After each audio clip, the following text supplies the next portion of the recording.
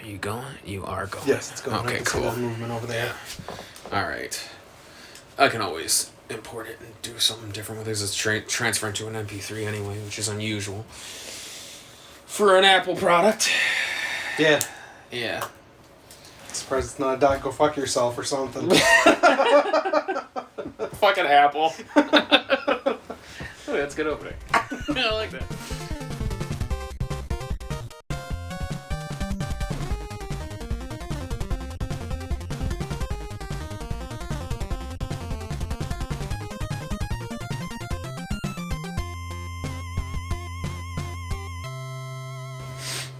Hey guys! It's me and Kevin. That was quick. I just had spiking at you. Yeah. But yes, it's another PTG Quickie. It might not be so much of a Quickie. Well, it'll have to be just so we don't get into spoiler territory. That's true. There might be some mild spoilers here and there, but if you're listening to us anyway, you know we're spoiler rife anyway. So yeah, spoilers for anybody who's listening to this, and you don't want to be spoiled. Well, I suppose we should tell them what we're talking about. We're just like, spoilers, and they're like, what are they talking about? It's the FF7 Remake launched yesterday, actually. Thursday at 11 p.m. for us. Thursday at 11 p.m. Well, digital anyways. Yeah, that's true. And we're recording this on Saturday night, so it's been a couple days. It's a phenomenon, honestly. Like, there are a lot of people saying this is like one of the best games that have been made of this generation. Yes and no. It's divisive, for sure. Like, I understand where people are coming from. It's probably the best remake that's ever been done. I suppose. It's definitely the most advanced. Yeah, but I don't know if I would say it's the, best game of the generation. No? You don't think so? Well, because, I mean, it's cheating. It's already got a fan base built in and nostalgia. That's true. So if you eliminate that and were to stand it up against stuff like Horizon and brand new games. So do you think if you stripped this game of all FF stuff, let's say this wasn't Final Fantasy VII, let's say this was Final Fantasy 16, because I've been saying they need to do that. Let's say this was a new Final Fantasy title. How do you think this would stack up compared to 15 and 13 and ones like those? Combat-wise, I think it would be better. Yeah, yes. It'd be combat and graphic-wise, yes. Sound from sound execution and stuff, yes. But I mean, when they were going, if it was all new characters and story, that's where I don't know. Well, it's kind of hard to I suppose it's hard to kind of make that judgment too, considering it's not done yet. Yeah. So it's kind of hard to make that assertion, but I can see where people are coming from with it being. Oh, I can too. I do think it's great. I am absolutely in love with it. I'm likewise. I've 22 hours in already, and so I am 6. I haven't had much time to play. But yes, so the game launched and it's taken over the gaming community. And I mean, you go on YouTube, that's all you see. Final Fantasy VII streams. I've been avoiding Facebook and Twitter for mostly the same reasons. Mm-hmm. Because everyone's talking about it, and I was like, I don't want to see anything about it. I already know the base stuff of the game, but I didn't want to know about any of the new stuff. Well, that's so weird. That's the weird part about it is everything that is familiar isn't. It's different anymore. enough, yeah. Yeah, even the layouts of the cities and stuff the locations at this point, yeah. When you get to the even just the whole train segment, when you first leave the reactor, or not the train segment, but wandering around the city was completely different. Yeah. It was insane. And we'll get into our first impressions of the game anyway. So obviously, as with the demo, I was rock hard the whole time. Oh, Nostalgia boner as fuck. Oh yeah, I was the big top at my house. Oh yes, it was insane. Just from the music to the locales to just how everything feels. You're like, this is exactly how we envisioned it as kids. And honestly, this is the one time I can say I think they have nailed every voice. Oh yeah. This is basically how I envisioned these characters kind of sounding. Mm-hmm. Obviously not with these direct voice actors type thing, but if I were to pick a voice for Cloud, that's kind of how I would have picked him, because he's aloof. He's not the typical, I'm a super badass type thing, even though, like, he is... That's kind of how he was portrayed in the beginning. He's very aloof and distant, and, like, it always, to me, that was a side effect of Soldier, was... Right. It fucks with your head so much anyways that, like, you're emotionally, like, repressed, and you're used to war and doing all these other sort of shits, so... He's not as whiny as I was fearing he was going to be. I thought he was going to have, like... He was going to be a Squall. Oh, I'm a fucking soldier! Like, I don't know. You thought he was going to be Squall. Kind of, yeah. Like, I kind of pictured his voice being a little more... But then, yeah, like you said, he's not the, I hate everything, man, fuck you. Like, he's not the badass that he... Well, and he's only like portrays. 21 or something, I think, in these ones. I think so, because they mentioned 5 years has passed since he's seen Tifa. Yeah. When he left. And Crisis Core, I think he was like, 17 or 18, so... Yeah. Which falls into... Which makes sense. Yeah. But yeah, otherwise, like, it's incredible. Like, I again, not a huge Final Fantasy VII guy. Never have been. I didn't care for a lot of the characters. I didn't really care for that world in general.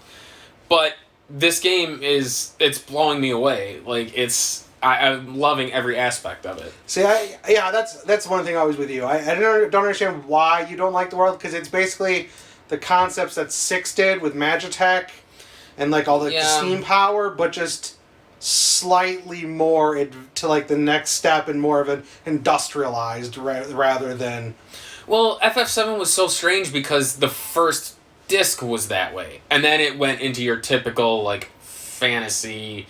Because you leave Midgar. Because Midgar is the most advanced area in the world. If the whole game had felt more like Midgar, I think I would have liked it more. But then again, I loved Final Fantasy 13, and that was kind of the same thing. Yeah. The whole opening thing is a lot of that steampunk and stuff, because you're on... Fuck, I can't remember what the name of that place is. It's not... Grand Pulse is the planet. I don't remember what the floating thing is. It eludes me at this point. Cocoon, yes. Cocoon is like the industrialized, kind of futuristic, steampunkish area. Well, to me, it always made sense. Like, Midgar is basically New York City, and as you're going out towards, like, the uninhabited, where, like, Hicks and stuff lived, where the slums. Yeah. Yeah, which I gotta say, I love the aesthetic of the slums.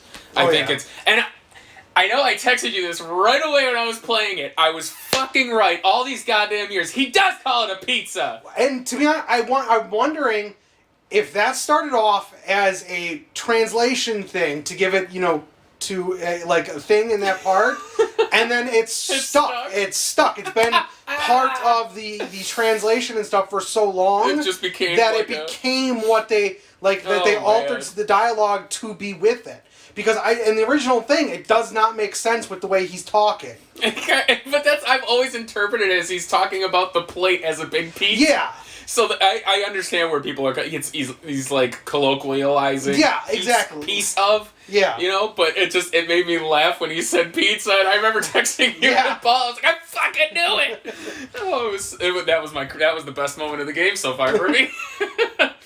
Which I have to say, if you've listened to our, the quickie we did of the demo, how much I hated Barrett, he's growing on me. I actually don't mind playing as him.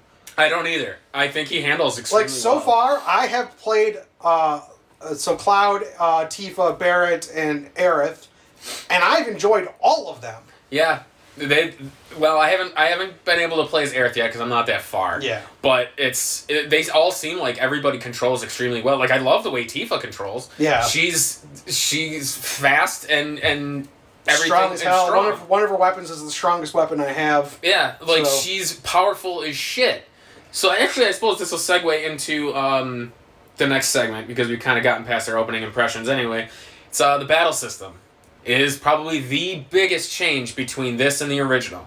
Is how they went from active time to real time, which has turned off a lot of people who love this game. Well, yeah, I know there was a bunch of people that are like, well, I just...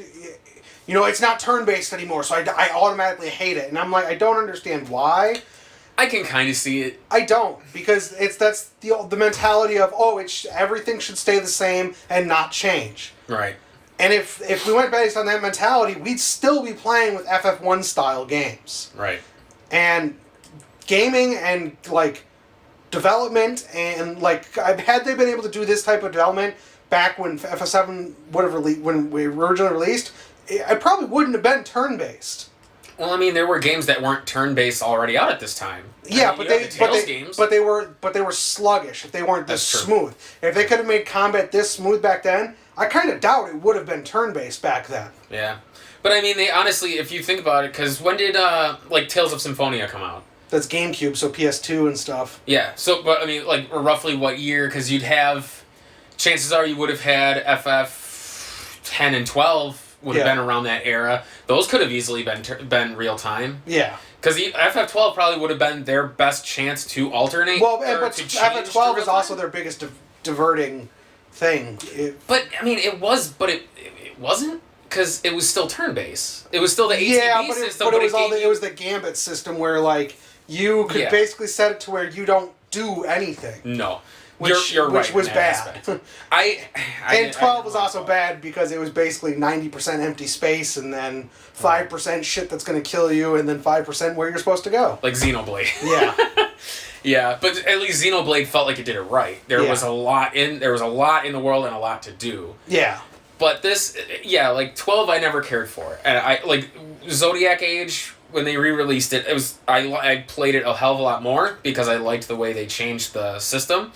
But it's still, like, the world itself, because I love Ivalice. I like for tactics and, it was fun in those, but... I loved those worlds, but I didn't care for the story or the characters. Especially the characters. I hated the main character. Well, see, I didn't mind, what is it, Fran, but... Fran was... But see, that's kind of where I started to hate it, was the fact that you have all these races in Ivalice, everyone's and human. You're all humans except for one, Viera. And I'm like, really? You have the Seek, you have the fucking, the little rabbit dudes. I'm like, you couldn't have you couldn't have gotten a Moogle? Something. Like, diversify your fucking team like they did in Rogue Galaxy. You know what I mean? Like, it just felt stupid that everybody's human. Yeah. When you have this quote-unquote diverse world of everybody.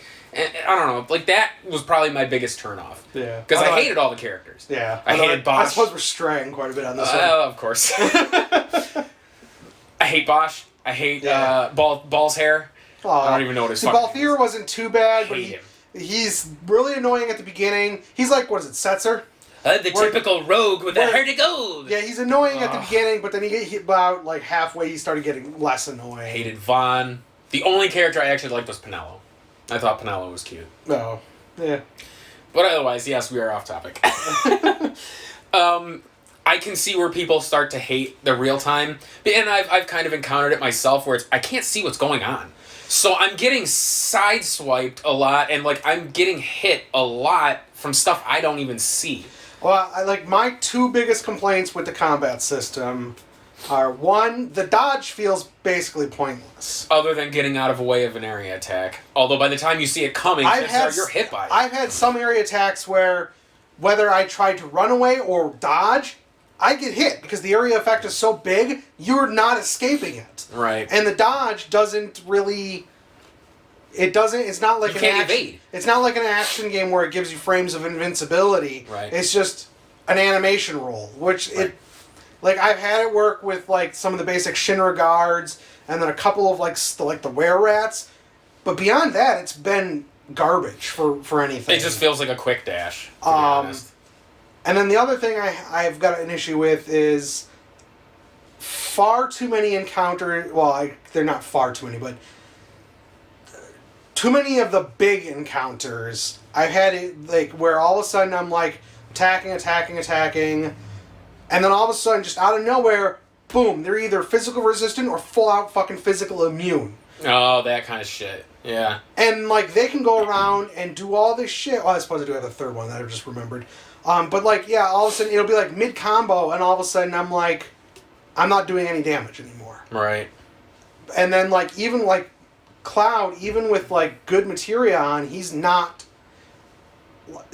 In this version, like for some reason, like he doesn't really set up for a spellcaster very well, based on this new system because of like the punish, like their individual type skills. Yeah. Like Tifa gets better stuff for boosting her magic, and so does Aerith.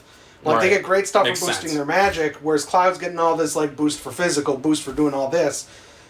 and like the weapons I had with Cloud at the time didn't give me the boosts to magic to make my magic better. Yeah. So like, yeah, I got these good spells, but like they're not doing much with him. Right. And then my other big thing is enemies seem to be able to interrupt any ability you're using. That was one thing that I noticed too. Is like so I go to use Braver. I go Yeah. to use like the quick thrust ability or focus thrust. Some of these other abilities, and they hit me. I go to cast a spell, they hit me. Yeah, I noticed that too because I tried to cast Cure and like so I hit the button and then literally the second I hit the button to do it, they knocked me out of it. I'm like, well, that's great. And the thing that annoys me with that is basically they touch you and you're doing one of these things, they knock you out of it. Yeah. But I wail on them in Punisher mode with Cloud, they can still cast things. Yeah, that was one thing I noticed too, and I wonder if that's something they might fix in a patch. And like, okay, like to a certain extent, I get it. They have that stagger gauge that works, but like, for me, the stagger gauge goes one of two ways. It was pointless because I just killed everything too quickly, or it worked. It was mostly for like the bigger enemies. It's for like the boss fights and stuff like that. So like when it comes to smaller enemies, it just doesn't really do anything. Well, it's and I know I had talked to you a little bit about this as I was playing it. As much as people hated Final Fantasy 13, this game screams 13 to me. Because it's linear as hell. Well, but like I said, was telling you, like the entire Midgar section of... But of Final Fantasy 7, until you get outside of it, is very... It's super There linear. is no side quest, there are nothing like that. It's just... You're going from point A to point B and just until you're out of there. And then that's when that game opens up. Yeah. Because 13 was like that, where it's literally straight lines for the most part until you fall to Grand Pulse, and then literally they dump you in a sandbox and say, have at it. But it's here's literally some hunts, for here's some side quests, here's some shit. But it's like for a chapter, and then it goes back and seals itself off. No, you can always leave. You can always backtrack, but if you're going forward, it seals itself back off to where it becomes an on rails thing again.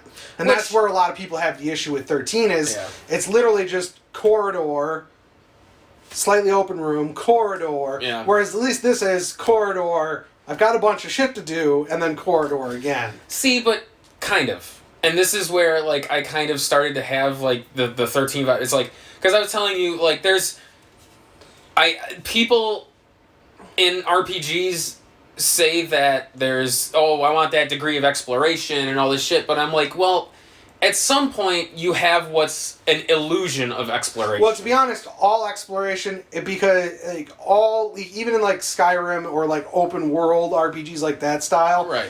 Your exploration is basically superficial anyways. Yes, you can go to all these places, but you're not doing anything story-wise until you hit the checkpoints. That's true. So, like, the story is always linear. It doesn't matter how you do it. Because, I mean, you have to. There's no way around. Well, sort of, actually. I suppose, because even in Breath of the Wild, you could kind of circumvent that. But it's still linear. It's... To a point, it's linear. It's branching. It's like diverting paths, but it is still a linear thing. It's like Breath of the Wild was like linear in a circle, if that makes sense. Like it's straight, and then once you get off the plateau, choose one of the guardians, and then automatically, and then as soon as you finish those, but see, you don't even have to do that. You can just go straight to Ganon.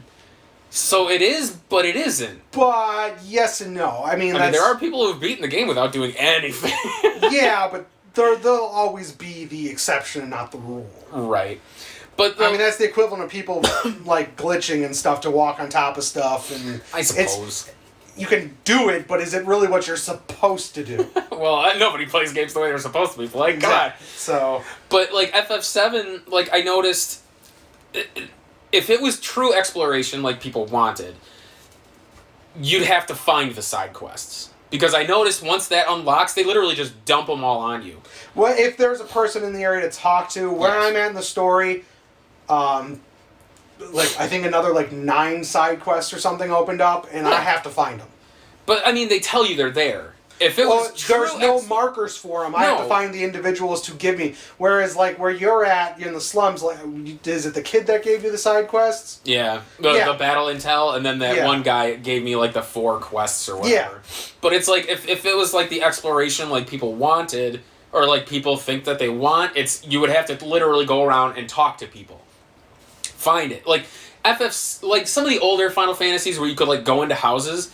Sure, a lot of times there was nothing in them, but there were people to talk to. Well, that's exploration. There's world building within it. 13 didn't even have that. No, it didn't. Like the world building for 13 is as bad as the world building was for Destiny. 13 was I wouldn't go that far. 13 was very okay, I'll say they're in the same boat. It was very what's the word I'm thinking of?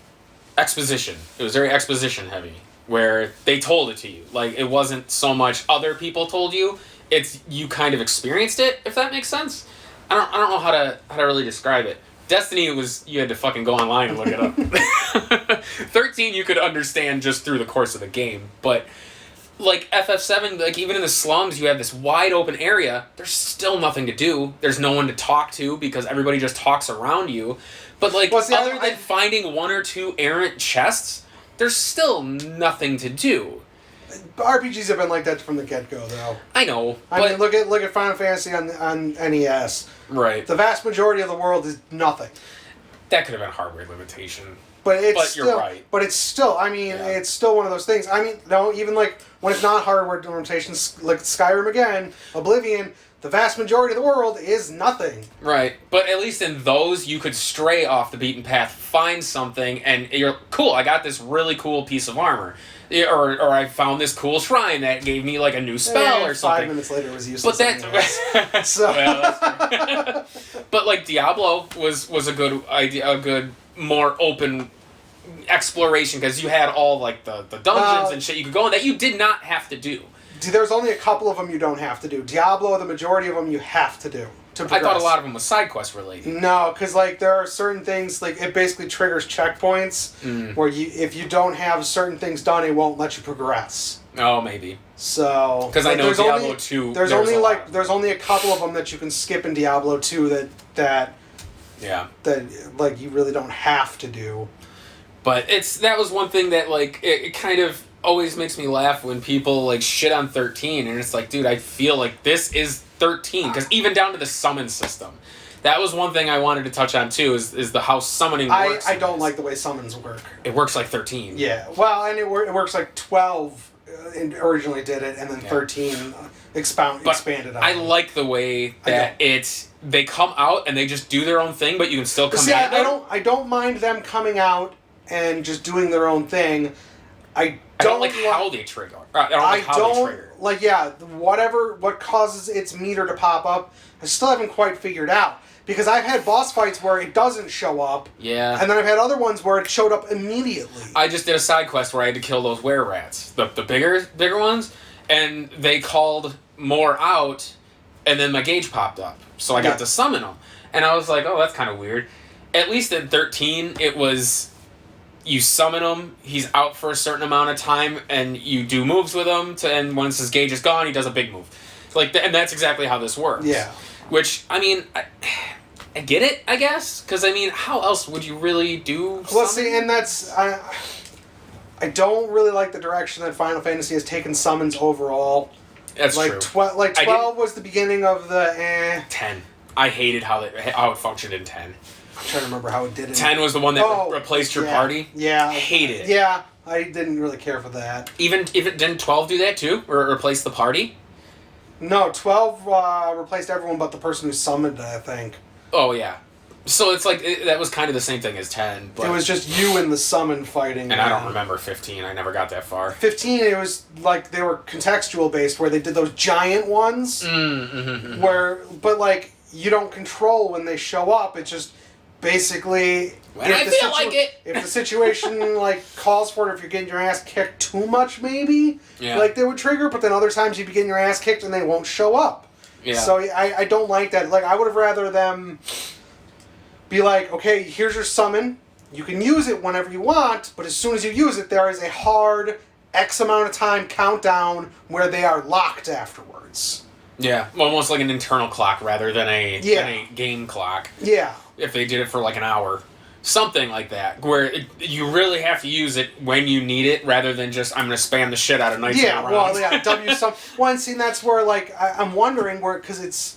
obviously it's already going to diverge from like the way the end game of the original was, because the end game in the original one, I had everyone with like Master Materia or Master Summon, Mimic, or W Summon or Slash All, like Slash All, stuff like that. I don't think those are going to be in this game. Probably not, because I haven't found in a single all materia at all. Well, because you don't need it. You can toggle between hitting everything and hitting only a single thing. Can you? Yeah. If you select the spell and hit L1, it'll target everything. It does like the all effect. Because you can do that with Cure, but it's weaker. I'm not gonna lie. Well, but see, I found a materia that does that, so I was assuming that materia. There's one that like expands the area of effect, but weakens the spell by a certain percentage. So I was assuming that was the new all materia. Maybe? I don't know. So maybe I read it wrong.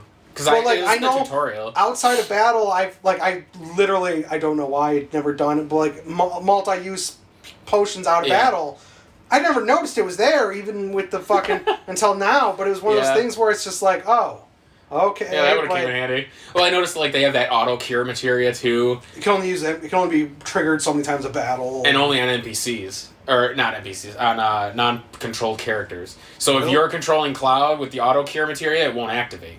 Really? That's what I read on the description. I'm like, oh, that's kind of weird. So I suppose it's a way of focusing on yourself rather than how your teammates are doing? Yeah. But honestly, I jump around so quickly and issue orders when their bars fill. Yeah.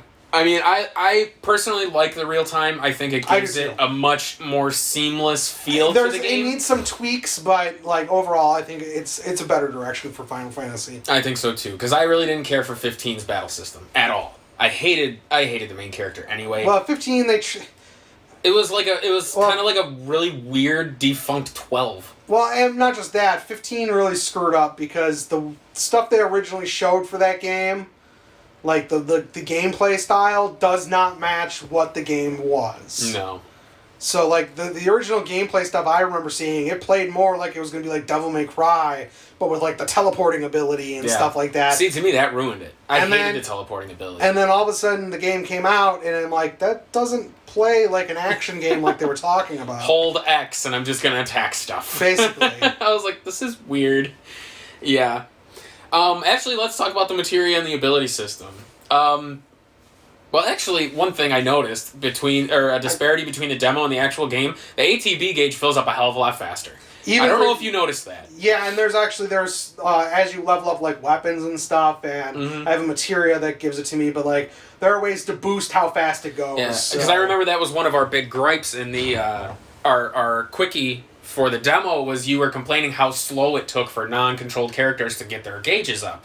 And it definitely feels like they kind of increased how fast it comes up now. Well, at least the first gauge. It takes them a while to get the second gauge full. But although I did think of one other complaint I do have. But like, yeah, the gauges don't... Like, there are ways to make it faster, but it definitely feels faster if you're controlling them. Yeah, well, yeah. Is there a way to get more segments? I would assume. Yes, there is a materia called...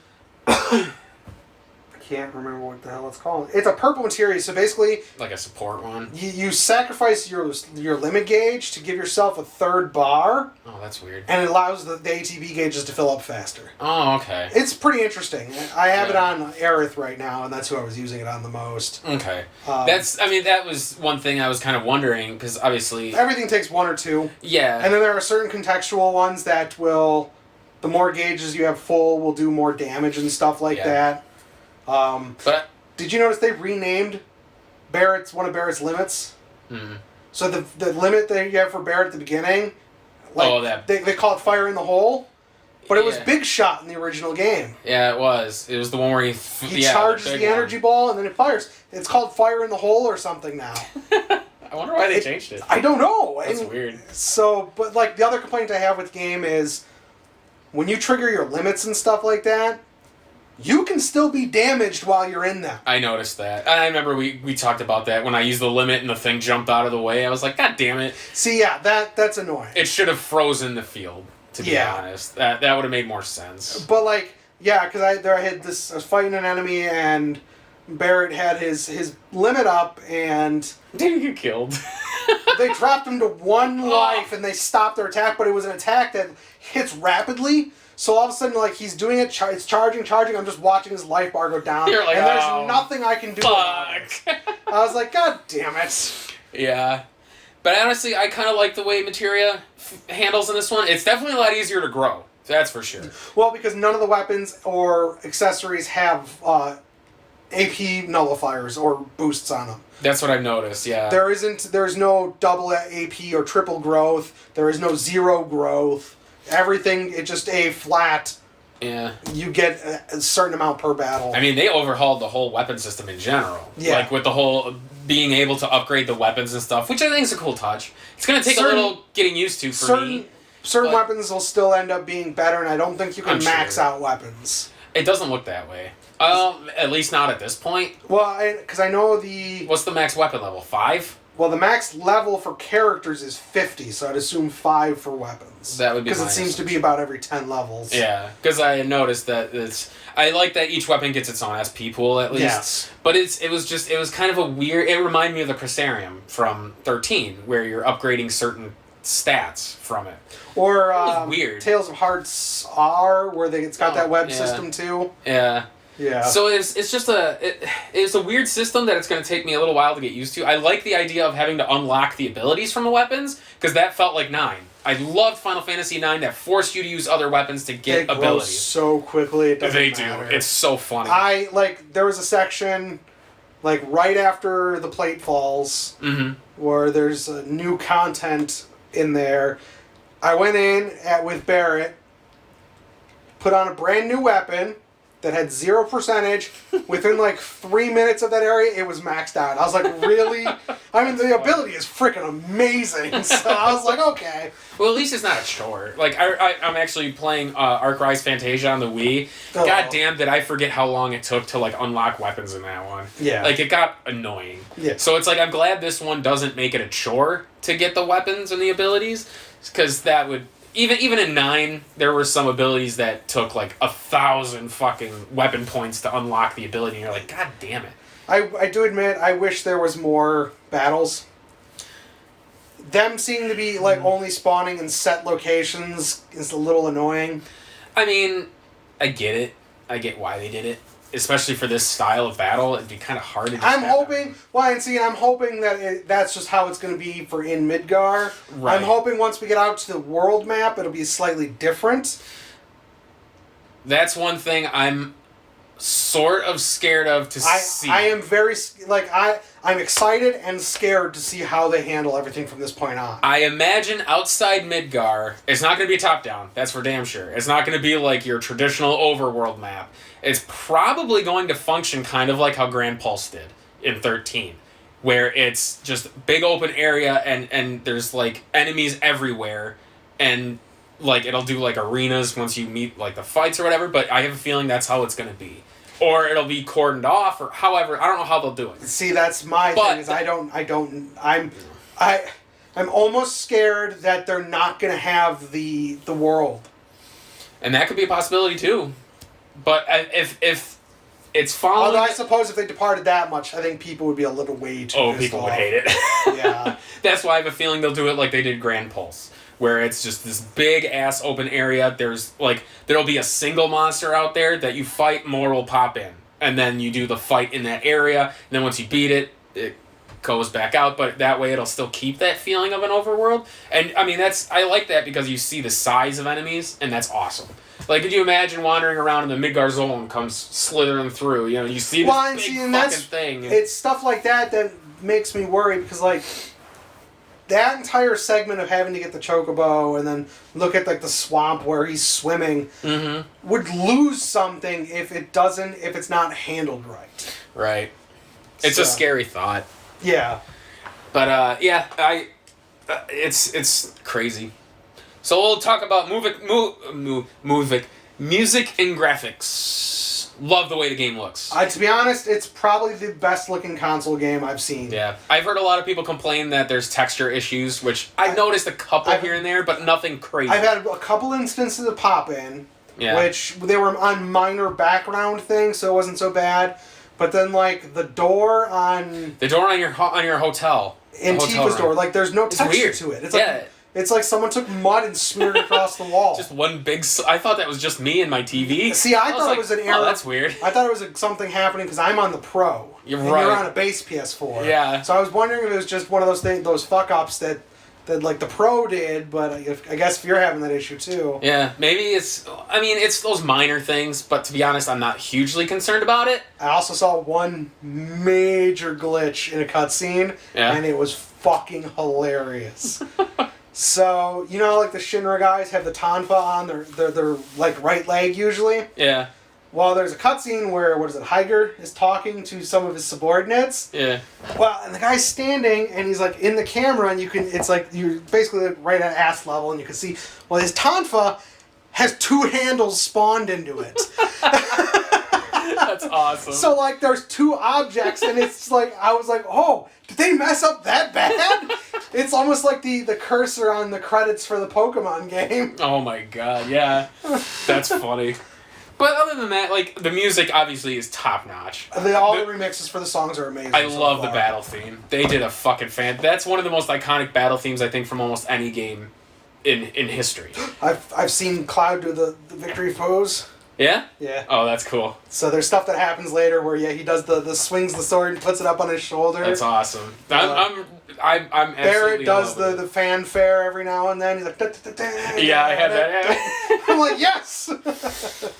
So, I mean, there's not really a whole lot to go into about that stuff because the game's gorgeous and the music is if it looks awesome. This good on like the PS4 Pro, I could only imagine if they released it on PC with like where they don't have to compress stuff. Right. Could you imagine how good it would look on a high-end PC? Oh, it'd be fucking amazing. It would be like one of the best-looking games ever made. Yeah, like I said, even if this wasn't Final Fantasy VII, this game would be incredible. Just to stand on its own. Like the textures in his gloves or in his sweater, you can see the clothing. You can see the knitting in his like turtleneck. Yeah, I'm actually happy that they didn't overly booble Tifa. I was expecting her every time she took a step for those things to bounce. There's literally no bounce to them. Yeah. So it's like They had some restraint. Yeah, I was to say the boy in me is a little disappointed there's no booble, but. It's like I'm happy that at least they kind of like respect the fact that she doesn't. They make up for it. Don Corneo's belly jiggles. Oh god, sexy! Can't wait to whip my schlong out to that. When he started jiggling, I was like, "You gotta be kidding me!" But I'm happy like they at least have enough like. It's not fan service. It's literally like they're focusing on what they should be focusing on. Yeah. So I like that a lot. Because there's a lot of games, like I said, when I was playing that Death End Request for the PS4, it's literally just jiggles everywhere. Like, everything looks like they're made of Jello. There was that one Vita game, I can't remember that we played, but where if you're looking at character models, you just tap the controller and... The old Dead or Alive games. Yeah, that too. Yeah. Alright, so we'll talk about the stuff they added. Holy shit! Okay... There has been one thing that's been added that I'm like, why is this in this fucking game? It makes no sense, even up to where I'm at. Is it the weird stroker ghost things? Like they look like ghosts? The Grim Reaper, like a shit Grim Reaper hood, and there's just thousands of them out of nowhere. There's no explanation to them so far. Oh my god, they look like the stupid ass things from the Spirits Within Final Fantasy movie. No, that's not what I'm thinking of. Fuck, there was a weird... Was it Star Trek? Was it a Star Trek thing where there's like the weird dimensional worms that look like big poops? In the transporter? In the transporter? It's the one where Barkley grabs the one out and they turned out to be other people trapped in there or something? Yeah, that's kind of what they look like to me. Yeah, honestly, like with that whole scene with Aerith and that... Like, when she's freaking out and then she grabs you and all of a sudden you can see him too. I'm like... I don't remember her freaking out in the original game. She never did. But to me that looks like they're... It's weird. It's one of those things where... And there's another situation where I think they're pulling from the expanded games. Mm-hmm. Because that looks like more of like something that was Advent Children like inspired. Yeah, I would say so. And then like there's one segment that like after like I was telling you where I was doing the part with Barrett where after the plate fell, that the area you're in looks like it's Dirge of Cerberus inspired. Oh, that would be cool. I know a lot of people are talking about like Crisis Core and stuff. Well, yeah, there's that possibility of the Legacy Collection for Crisis Core and Dirge of Cerberus getting ported over to the Switch, that would be which cool. I would fucking love. Oh, absolutely. Because I haven't played through Dirge of Cerberus in a long time, and I wouldn't mind going back to it. It's not a great game, but it's a fun game. Hell, I'd play it on the channel. That'd be fucking awesome. Yeah. I would love to play even Crisis Core. Because, like, I played it on the PSP, but I've never actually played it all the way through, and I would love to that's one of my favorite Final Fantasy games. So. Oh, yeah. Well, it's because it did such a good job in expanding the world that they really didn't explain in the original one anyway. Yeah. But, yeah, like, even before, like, those poo snakes, like, that whole delusion of him seeing Sephiroth was fucking incredible to me. Oh, yeah. This is definitely where we're going to hit some spoiler stuff, so... Yeah, like, the whole... Just the atmosphere it creates. Did you see the bleed over?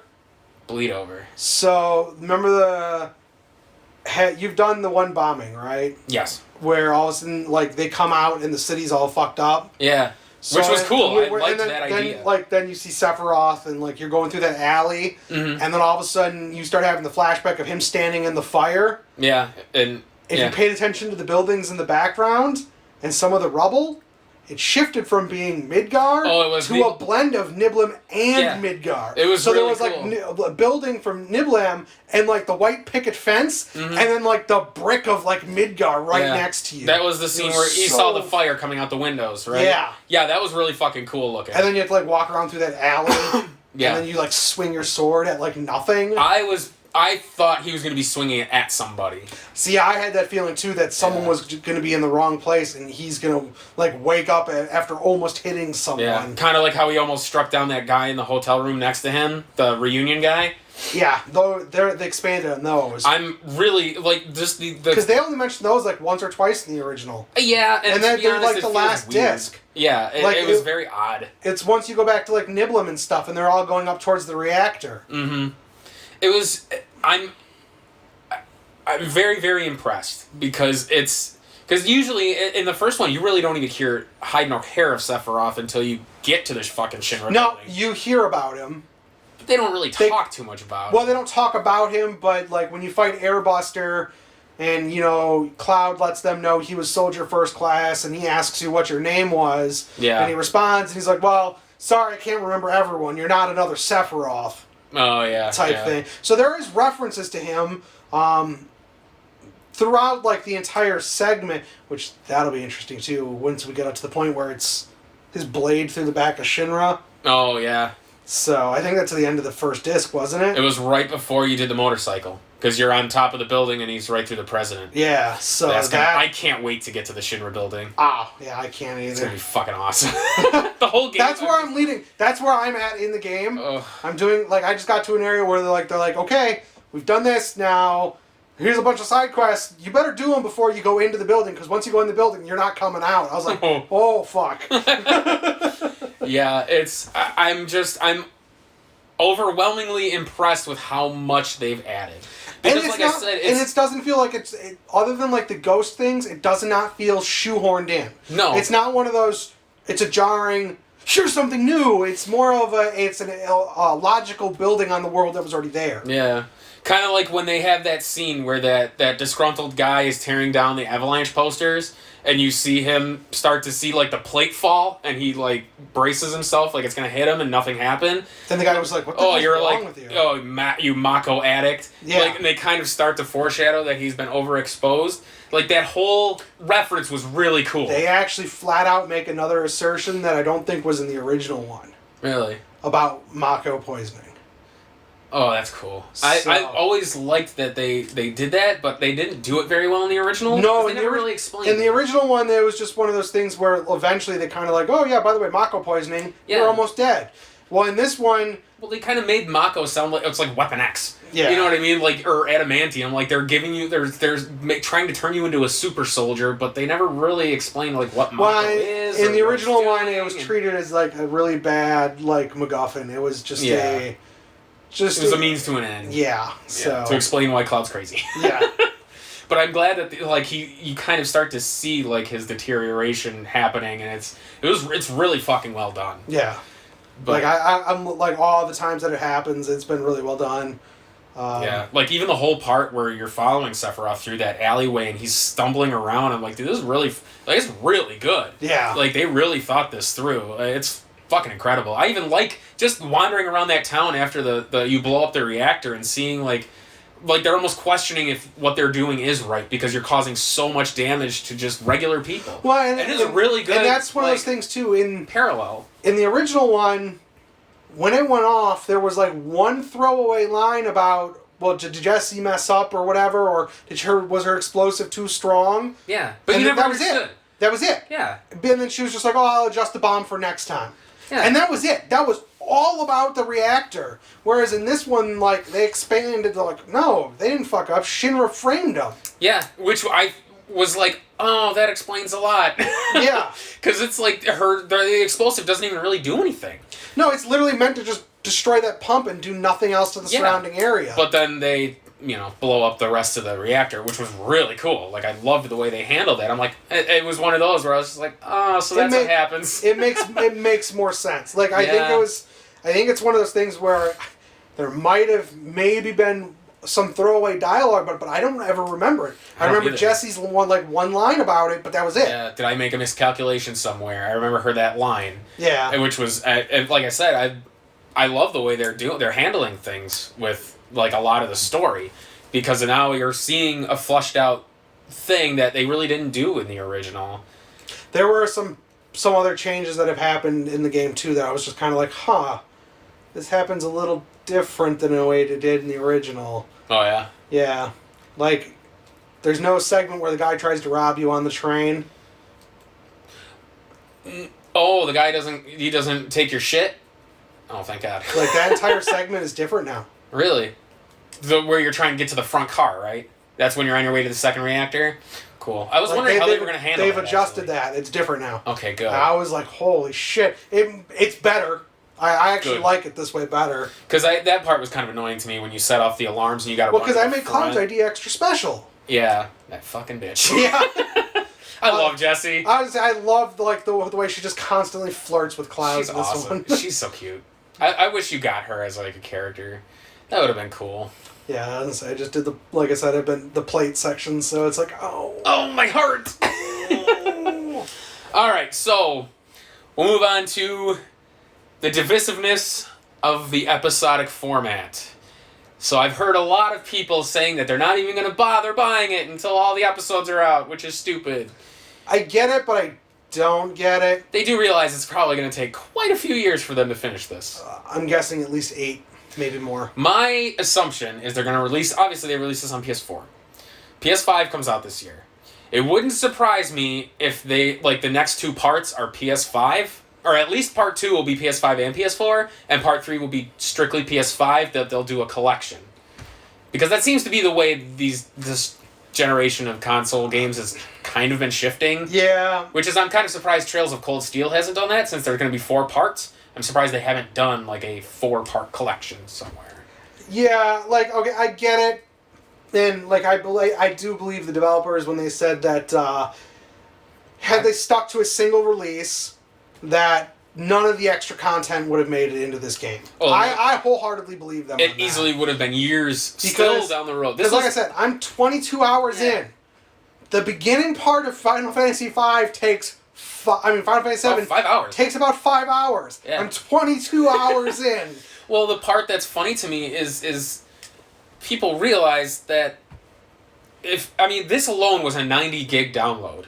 Part 1. Could you imagine? It's a 2-disc. Yeah. The physical version comes with an install disc and a play disc. Yeah, I noticed. I heard that too. I was like, what? But like, could you if they had released this, easily would have been a 200 gig game. There's no way. Probably more. Yeah, there's no way with our current like capabilities for systems. I had to delete the games to put this in. Well, I didn't have to go that far. But you have a lot more digital than I do. But I also, all my shit was on my external. Yeah. And I ended up just kind of transferring 7 to my internal, so it runs fast. It's on the better hard drive. Yeah. So. But it's just, I was like, I understand the episodic format. Because honestly, this game was available for pre-order in like 2015. There are some people that have had this game pre-ordered since 2015. Damn. Yes, it's been out for a long time that they've teased this. So, like, it doesn't surprise me that they didn't do the whole game. Well, How could you? It still would be another 5 years before we even see it. Well, and that's the thing, is like, had they released it as one solid game, literally doing like a 1-for-1 remake, no adding stuff, it would have been disappointing. we would have not, the game would not be out yet, we would still be waiting a number of years. And we'd be disappointed. Yeah, and I think the other part is, like, people would just be like, oh, it's just a direct remake, it's prettier. Yeah. And then they'd be bitching about that. And, like, so, with all the extra content that's supposed to be being added in the next parts, I definitely think it was a good idea to go episodic. I do too. I just hope it's not going to be, 10 plus years before we finish this now. Yeah, I have a feeling it'll be maybe a couple few. Because, they already have the assets, everything's already the majority, technically created. I would assume the majority of because character models are done, they don't ever have to do anything with those. Right. So, and, like, I would assume they have a majority of the monsters they're going to use, other than maybe some of, like, the big, like, the weapons. That'll be interesting. Whew. I'm looking forward to that. Yeah, the weapon fights will be interesting. Ruby and Emerald. Yeah. Apparently, they were only in the Western release or something. Ruby and Emerald? Yeah. Really? Yeah. I didn't know that. Because you only fought... What was the one that came after Midgar, when you had to shoot the cannon at it? Diamond. Was that Diamond Weapon? I think so. Because the Junin cannon... It's the one that blows his head off. That's the one that kills the one in the ocean. But then there's another one that comes at Midgar. That is the same one. Is it the same one? Because there was maybe that was Diamond Weapon. That's the way they fly the Junin cannon to Midgar. Yeah, maybe that was... Or wait, no. Or was that one optional? Well, no. Emerald was the one that was underwater. Emerald was the one you needed the underwater material. And then Ruby is the one by Gold Saucer in the desert. Right. Those were the two optional Never ones. beat either of them. I did. Ruby was a pain in the ass. Just go in there with everyone dead but one person and then have Final and Phoenix on. God. Yeah, you could cheese those fights. Yeah, I remember Emerald Weapon was... Emerald was the hard one because you didn't have the underwater. If you didn't have the underwater material, that 20 or 30 minute time limit wasn't enough unless you were extremely overpowered. Yeah.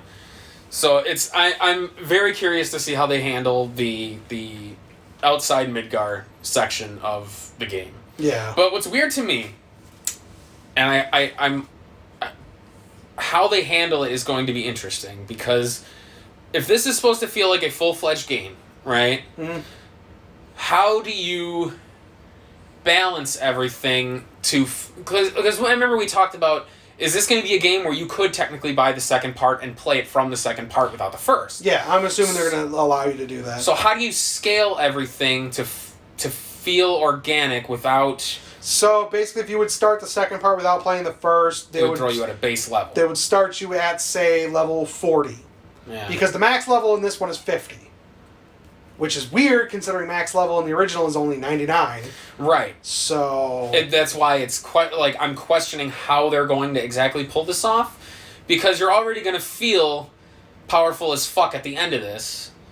So it's like, once you get to calm or whatever and the game ends, like... How are they going to transition? What kind of scaling are they going to go? Yeah. Yeah, because you can't really if unless they're planning on raising the level cap. Like, there's still a huge chunk of this game to go. It wouldn't shock me if they raise the level cap to like 200 or something like that. That'd be interesting. Maybe. Yeah. Well, I remember FF10 had like you could break the gauges. Remember, you had that gauge break thing? The overlimit one where you could expand your life past 999 or your life past whatever. Yeah, so you can get 99,000. So I wonder if maybe there'll be something like that? But maybe. It wouldn't make much sense that way. But it's still... Yeah, it'll be interesting to see how they handle that, because... Because I had that problem in Trails of Cold Steel. I beat the first one, and you're already powerful as fuck. You get to the second game, and your stats are dramatically reduced. Like, I think I was level 50-something when I beat the first one, and then you get to the second one, you're back down to 30.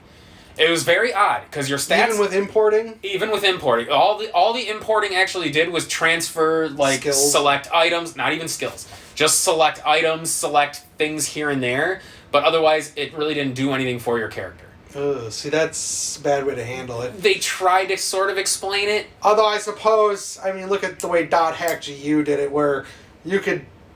I think there were hard caps in each of them, but it's still progressed up to I think 99 or something like that. Yeah. So like there are ways of doing it, but it'll be interesting to see how they handle it. Yeah, I just hope that they don't do it in a way that makes it feel like everything you're trying to accomplish in this one undone. is kind of undone. Yeah, like all the material you've gotten, all of a sudden now you don't have it, or something like that. You know what I mean? Because that was, like I said, Trails of Cold Steel did that, where between game 1 and 2, you lost everything you got. Yeah. And they only transferred select things over, and you're like, God damn it, now I have to get everything it would again. suck being able to level up all these weapons and then all of a sudden import them and now I got nothing. They're got to re-level them. Yeah. Which, that would definitely suck. So I know it's going to be a few years probably before we even see part 2, hide or hair of it, but I'm focusing on this one, and I think to be honest, I'm really hoping there is a New Game Plus, though. That would be cool. That would be simply cool. Because unless there's a way to go back and play some mini games. Yeah. Because there are achievements tied to a couple of them. Right. I know the darts one has one, doesn't it? Yeah, and I placed last on that one. You suck. I don't even know yet. Yeah, so you haven't made it 7th heaven, so. No, I haven't. Well, I have, but I haven't. But, and then there's one where you have to do well enough to get Jessie to praise you, but she's dead now and I can't get her to praise me.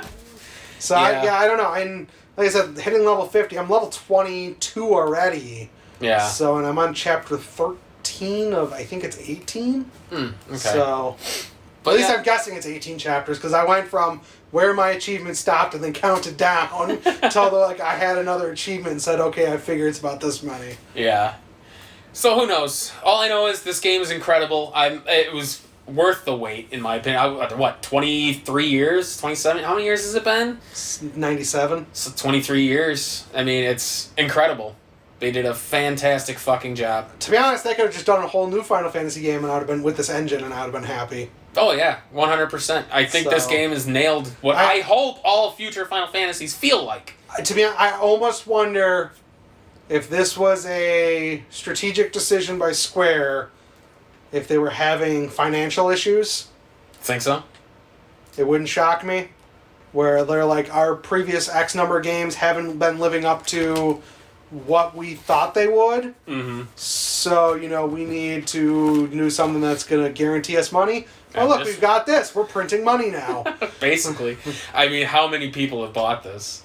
Pretty much everyone I know that plays games that has a PS4 has it. Oh, yeah. Absolutely. Like I said, you go anywhere on Facebook or YouTube, it's just PS4 shit. Yeah. Or it's Final Fantasy VII stuff, because even before this game released, how many streams were there of people playing the original Final Fantasy VII? A million! Was there? Yeah. It was crazy, because they were preparing for this, so they played the original 7 or the HD remaster of it. Oh, yeah. So it's just it kind of, and I've always said, even though I don't care for this game, it is a landmark title in gaming. Yeah. And I understand why it is, because it kind of took the genre to a whole new standard. Well, I also think part of it was the right story, the right world building, the right characters. To be honest, if you were to take any of the ones after this and flop it into 7's place for when it got released, I don't think any of them would have succeeded. You don't think so? No. I think 7 was that lightning in a bottle. Everything was just right for at that moment. And they got lucky with it. Do you think if they had stuck with Xenogears being the actual Final Fantasy VII, it would have had the same success? I don't think it would have. You don't think so? Because even Xenogears itself, it wasn't really successful on launch. No, it was a cult classic. Yeah, it became popular after the fact. Yeah. So I think had Xenogears been released as 7, that might have been the end of Final Fantasy.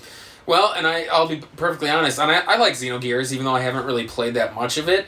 I don't think it would have been a departure enough from from its predecessors to really make that impression. Because basically Xenogears, other than a few things, is wild because it's the input system for fighting. Right. It's like a very religious heavy story, whereas Final Fantasies usually aren't. No. Other than Kefka, who was trying to become a god, there really isn't much religion in Final Fantasy games. Not particularly. Whereas Xenogears is basically all allegory and religion. So, but I'm like aesthetically speaking, other than the parts where you're in the gears. Yeah. Like I don't think graphically it would have, because 7 was.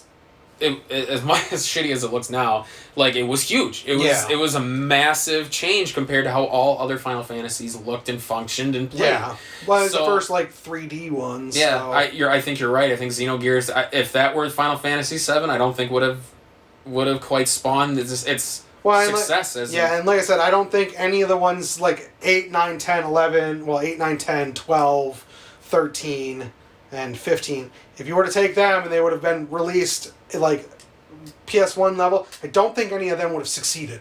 I don't think so either. They all have something that's missing.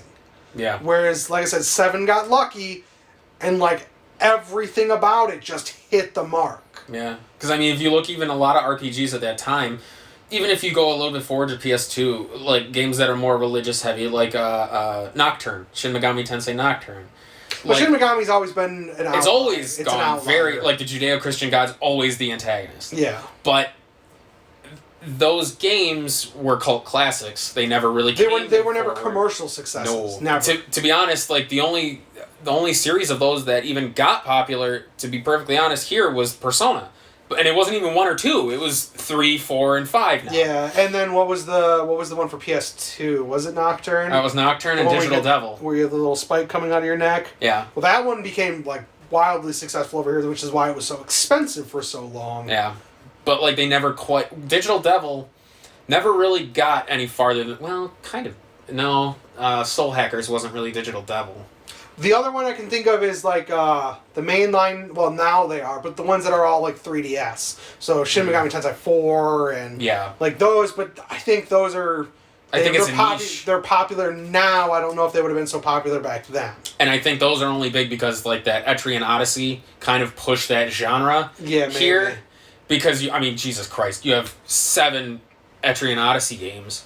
You have the 5 main ones, then you have the 2 remakes that actually put a story into 1 and 2. Yeah, which was weird. Yeah, you have Nexus. You have a whole shitload of those games. That dungeon crawling genre really took storm here. Yeah.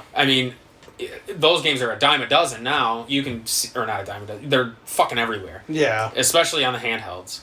So even Persona Q, those 2 are dungeon crawler games in the style of old Persona. Yeah. And to be honest, I think I'm pretty to me it was the PS1 era RPGs that allowed those ones to get the more the PS2 ones more popular. Oh, absolutely. Because the first Shin Megami game or the first Persona game was it Persona? Was that Super Nintendo? I think so. I think it was 2. The first Persona game was Super Nintendo. I think it's somewhere around there because I know all the other ones. Clock Tower was Super Nintendo. Yeah. There were a whole... There was a Shin Megami at least on Super Nintendo. Star Ocean, I know, was Super Nintendo. There were a whole shitload of... Yeah, that we really didn't get until PS1, which is weird. But, yeah. So, I don't know. I don't know. All I know is 7's incredible. If you guys haven't played it, or at least think that you... Even if you're not going to play it... Try the demo. I would definitely recommend looking at it. Absolutely. Even if you watch someone I would. This is one I would actually say no commentary if you're going to watch a walkthrough for it. Yeah. Do a no commentary one so you can just enjoy the game. Yeah. Because if you're never going to play it, because it is that good. Absolutely. I would love to play it on the channel, but at the same time, I'm we have a tendency to talk too much. A game and like this game is there's so much beautiful audio in it, whether it be voiceover or whatever, that it's I feel we would miss stuff. And I think people would enjoy it more if we played it without doing it. But who the fuck wants to do that? But yes, I would say even just play the demo if and see how you like it. Because I know a lot of people don't care for the real time. Well, we didn't touch on it, but they have that classic mode in it. I still haven't tried it. I haven't tried it. I'll try it when I beat the game. But well, the thing that turned me off to that mode is they said flat out it's the same as playing on easy. Yeah. Which is weird to me. So it's how does that work? Well, because they scale stuff back because you're not directly in control of stuff. No, because I see that, or I maybe I should try flipping over to it just to see how it is, but apparently the game's all automated. Yeah. So it's kind of like Xenoblade. As the gauges go up, you put in commands, but they're attacking and defending all on their own. Yeah. Which is very strange to me. I don't know how that would work. No, I don't know either. So that's why I said maybe I'll try it after I beat it. Yeah, I might give it a little whirl just to see how it functions, but there you go. That'll be let's see, what do we got? Hour 4. Quickie, non-quickie. Quick for us, because usually our podcasts are 2 hours. But there you guys go. That's our take on the Final Fantasy VII Remake. We'll do more we'll do another one too after we finish it. Yes. Just so we can touch base to see what we thought of the full story. Well, this section of the story. Yeah, that's going to be the biggest. Granted, now I'm going to have to wait like 6 weeks for this fucker to catch up. Oh, yeah, that's going to take me a while. But anyway, there you guys go. Hit us up on Facebook, hit us up on Twitter. Go to powertripgaming.tv, takes you directly to our YouTube channel where you can watch us play our Nest Quest, where we're plowing our way through 678 officially licensed North American Nintendo games. God damn. Yeah, side quest, do that stuff. Listen to us on Stitcher and iTunes. And that's right. The PTG Powercast, iTunes, Stitcher. Amazing. Go play Final Fantasy. Go play Final Fantasy. The end. Play any Final Fantasy. All right, peace out. Now you're listening with power.